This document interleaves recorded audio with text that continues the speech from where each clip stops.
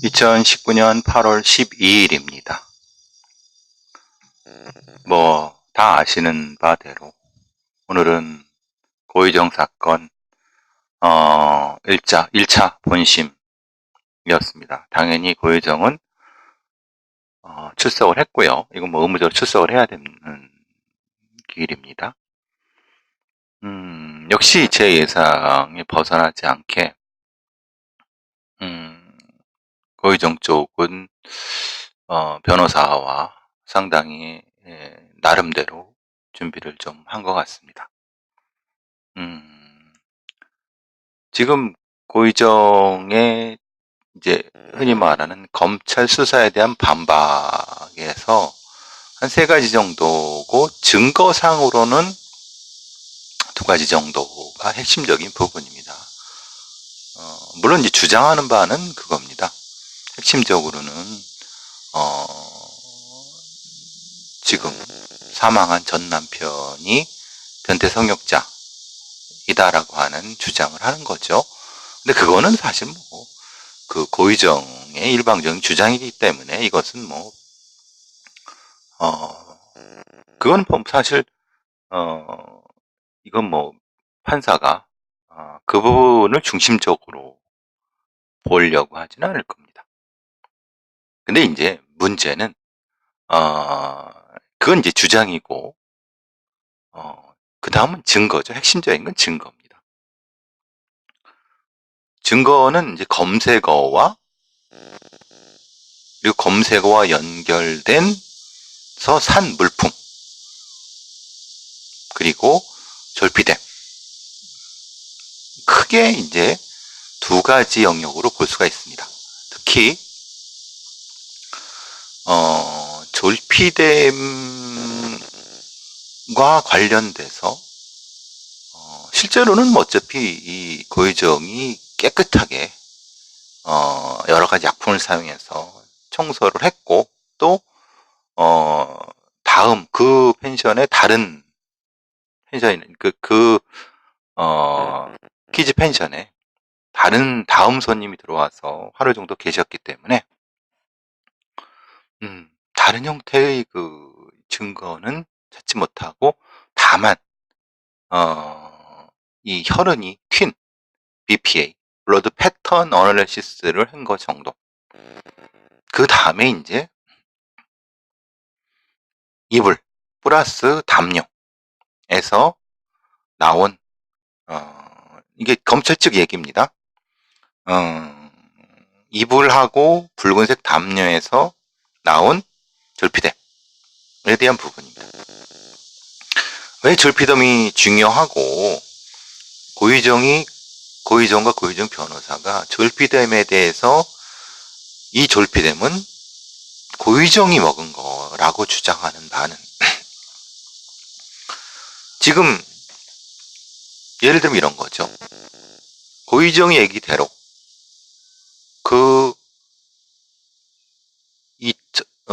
전 남편이 강간을 하려고 그랬고, 본인이 거기에 반격하는 과정에서 몸싸움이 있었고, 본인도 다쳤다. 그러니까 본인도 피를 흘렸죠.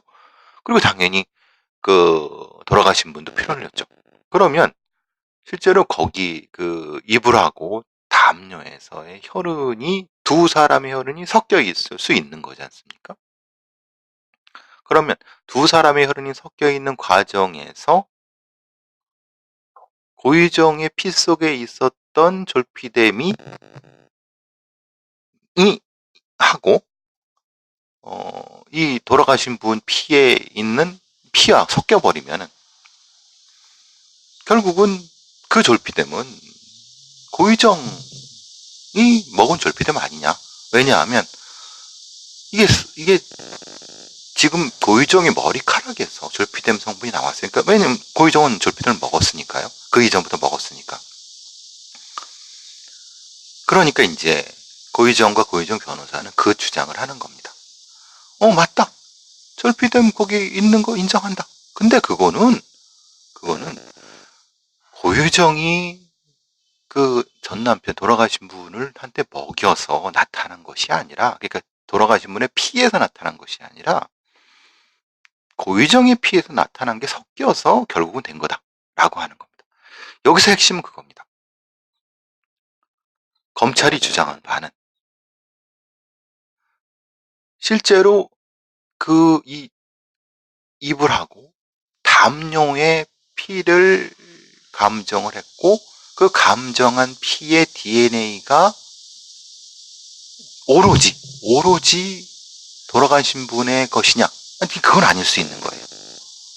그럼 두 사람의 피가 섞여 있었고 아니면은 여기서 문제가 섞여 있는 게 아니라 실제로는 이렇게 흩뿌려진 돌아가신 분의 피하고 이 고유정이 뭐 보통 묻히거나 이제 쓱 문지른 형태의 그것을 구분해서 국가수에서 아니면 과학사 요원들이 아니면은 어쨌든 둘 다 그것을 감정을 했느냐. 요거는 사실 매우 민감한 부분이에요. 예를 들면 이런 거죠. 고유정이 공격을 해서 동맥혈이 툭 튀어갖고 이게 쭉 뿌려졌어요. 그렇게 뿌려진 비산혈에서 그걸 졸피뎀 성분을 찾았고 나머지 그냥 문지른, 그러니까 고유정의 피에서 문지른 것에서는 안 찾았다. 그리고 실제로 이 두 피는 섞이지 않았다 라고 하면 고유정 말은 거짓말이 되는 거죠. 그런데 그게 아니라 여기서 사실은 이 제주 동부서의 과수요원들이라든가 아니면은 그것을 감정을 하려고 국과수에 보낸 그 사람들이 이걸 어떤 방식으로 했느냐가 매우 중요해요. 이게 아마도 지금 이 법정에 나왔던 고유정의 이 사선 변호인은 판사 출신이라고 하네요. 상당히 이 부분에 경험이 있고 뭔가 사전 지식이 있는 것 같아요. 그리고 관련된 사람들의 조언을 많이 받는 것 같고 검찰도 그런 얘기를 해요. 본인은 국선 변호인위에서 수사기록 열람한 적이 없다. 근데 당신한테는 수사기록을 열람하지 않았는데 어떻게 입수했느냐 밝혀달라고 요청을 했는데 그 사실을 어떻게 하냐 이 말이에요. 당신이. 왜냐하면 그 사선 변호인은 선임된 지 하루 이틀밖에 안 됐잖아요. 엊그제밖에 안 됐잖아요. 그러니까 결국은 이 얘기는 다시 종합해보면 실제로는 고유정이 지금 변호인은 오랫동안 준비를 해왔다. 그리고 경찰 검찰의 수사 기록을 면밀히 분석을 해서 그 부분에 약점이 있지 않을까라는 생각을 한 것 같다. 즉, 이게 사실은 저도 모르겠어요. 왜냐하면, 국가수에서 이불이나 담요에 섞여 있는 거를 분석을 하고 그 분석한 거에서 그 혈흔은 DNA를 해보니까 전 남편 거다 라고 된 건지 아니면 이게 두 피가 섞여 있는 것을 해버린 건지 그래서 사실은 문제가 있는 게 뭐냐면은 만약에 여기서 문제가 있었다고 하면은 체포된 이후에 하루 안에 아니 빠른 시간 안에 빠른 순간에 고유정의 혈액 샘플을 채취해 갖고 그 어떤 농도라든가 아니면은 혹시 졸피뎀 성분 관련된 부분에서 특이점들이 있는가 이 부분을 좀 했어야 되지 않는가 생각이 좀 들어요. 다시 말씀드리면은 지금 고유정 쪽은 그 졸피뎀이 내가 먹은 졸피뎀이지 그러니까 돌아가신 분이 먹은 졸피뎀이 아니다. 왜냐하면 고유정의 주장은 그 전 남편은 실제로 뭘 먹으려고 하다가 이것도 사실은 어떤 대단히 지능적으로 한 건지 고유정이 싱크대에서 음식을 하는 것을 돌아가신 분이 찍었다고 하네. 그 사진을 제출했다고 하네. 그러니까 그 과정에서 그러니까 식사를 하기 전에 성적인 공격을 했고 그래서 벌어진 일이다. 라고 하니까 사실은 이 전 남편은 아무것도 안 먹었다. 아무것도 안 먹었는데 어떻게 졸피뎀을 먹일 수 있느냐? 라고 되는 거예요. 고유정 주장이. 그렇게 논리 연결이 되는 거죠. 그러니까 만약에 이 부분을 조금 더 미리 알아차렸다고 하면은, 사실 그러긴 좀 어렵지만은, 국과수에서 머리에 있는 고유정의 머리카락을 통해서 졸피뎀을 분석하는 것과 그거 이전에 이 고유정의 그 상태, 왜냐면 그 농도를 알려고 하는 거거든요. 피에 얼마나 남아있을까. 그러니까 실제로는 졸피뎀이라는 것이 안 먹으면 농도가 쭉쭉쭉 줄어들죠. 그러면은 대충 역산을 해도 보면 고유정이 범행을 할 때쯤에는 얼마 정도의 농도였고, 실제로는 만약에 이 돌아가신 분이 다량의 졸피뎀을 먹었다고 하면 그 농도는 사실 진할 거란 말이에요. 근데 고유정의 농도는 흐릴 거죠. 사실 그 부분이 문제. 그러니까 머리카락에서는 이 졸피뎀을 먹었다는 것은 확인할 수 있는데, 즉 정성적인 게 아니라 정량적인 거를 아마 국가수가 못했다고 하는 것, 간과했다고 하는 것을 고유정 변호인, 그러니까 아무래도 좀 그쪽에 경험이 있는 사람들의 조언을 들어서 그쪽을 지금 공격한 것이 아닌가. 물론 검찰은 이건 충분히 입증할 수 있다라고 하는데, 이건 좀 되게 걱정이 돼요. 이게 지금 대단히 핵심적인 부분이거든요. 왜냐하면 어쨌든 지금은 어떻게 먹였는지를 몰라요. 그죠? 졸피뎀을. 고유정 쪽은 아예 안 먹었다고 하는 거고, 오히려 자기가 먹었다고 하는 거고. 그러면 졸피뎀을 안 먹였는데 어떻게 힘이 약한 여자가 힘이 센 남자를 공격할 수 있냐? 라고 되는 거죠. 그러니까 그건 뭐냐면 결국은 우발적이다라는 논리가 성립이 되는 거예요. 고유정의 주장대로. 그러니까 이건 매우 중요한 부분인 거죠. 그래서 검찰에서는 이게 조금 뭔가 좀 기습을 당한 것이 아닌가라는 생각이 일단 들고요. 그 다음에 나오는 게 이제 검색어예요. 검색어가 이제 뭐 졸피뎀, 뼈무게, 뼈 강도, 제주바다 쓰레기, 키즈 펜션 등등인데, 제가 가장 이 걸리는 것은 이 고유정이 버닝썬, 졸피뎀, 그리고 니코틴, 이게 섞어 했다는 얘기예요. 그러니까 만약에 이 고유정이 실제로 좀 엄격하게 계획을 했다고 하면은 졸피뎀 농도, 그리고 뼈의 강도, 요거만 했어야 되는데 그게 아니라 630여의 그 검색어에 이게 섞여 있으니까 오히려 고유정은 그 약점을 파고든 거죠. 아니다. 결국은 버닝썬이라고 하는 사건을 도입해갖고 버닝썬을 검색하다가 연결된다. 근데 연관 검색으로 이게 같다는 걸 얘기를 하는 거고, 그런데 검찰은 그건 아니다. 왜냐하면 실제로 검색어에서 검색을 쳐갖고 이렇게 이 검색을 한 패턴이 아니라, 그러니까 이지 흔히 말하는 연관 검색을 타고 들어간 건 아니다. 라고 하는, 요거는 이제 디지털 포렌식이 나타날 수 있는데, 문제는 디지털 포렌식의 검색어의 연관 흐름 자체가 분명히 고유정도 자기가 뭘 했다는 걸 기억을 할 거란 말이에요. 대략적이라도. 그럼 그 부분에 대한 논리가 됐고, 요거는 사실은 고유정 쪽이 불리하고 검찰이 좀 유리하지만은 모르겠어요. 이거는 명확하지가 않아요. 또 하나, 이건 이제 졸피뎀과 연결된 부분인데 이거죠. 어떻게 몸싸움을 했느냐. 그러니까 졸피뎀으로 제압을 했다고 하는데 그럼 몸싸움이 있을 수 없지 않느냐.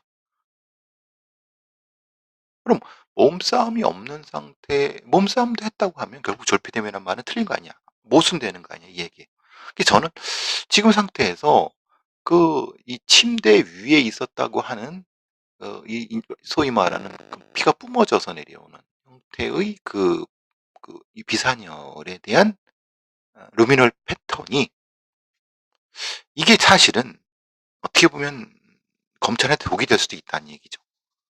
제가 생각하기는, 저는 계속 얘기한 게, 졸피뎀 고유정의 범행 패턴을 봤을 때 고유정은 완전하게 범행 전 남편을 제압하려고 한 건 아니다.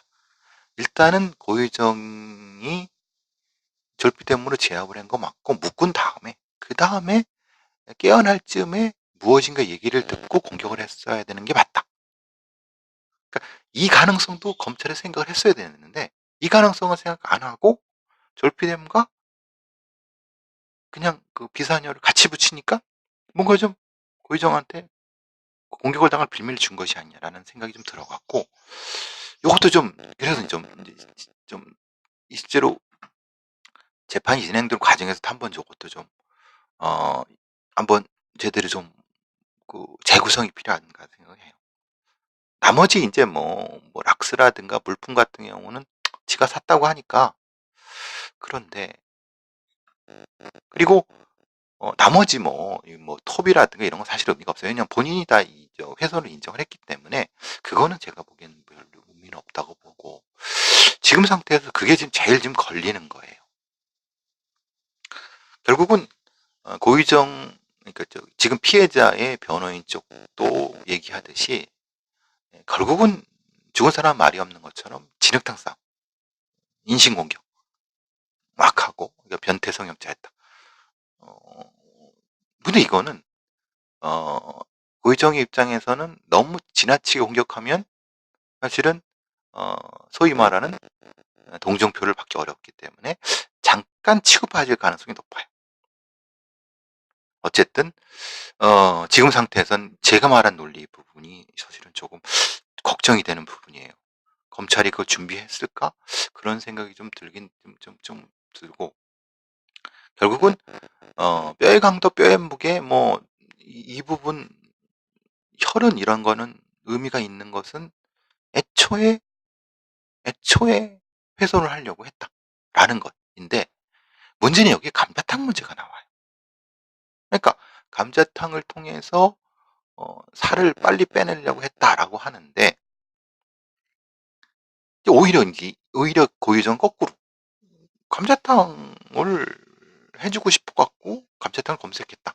그래서 뼈의 무게, 뼈의 강도를 했다라고 하는데 약간 고유정 쪽에서 논리적으로 빈약하지만 그 연관성을 검찰의 입장에서 조금 더 한정하지만 좀 확장을 했으면 좋겠어요. 그러니까 너무 이 가능성을 다르게 보면은 이게 좀 고유정한테 말릴 수도 있기 때문에 이거는 생각외로 상당히 고유정이 어, 준비를 꽤 한 것 같죠. 아무래도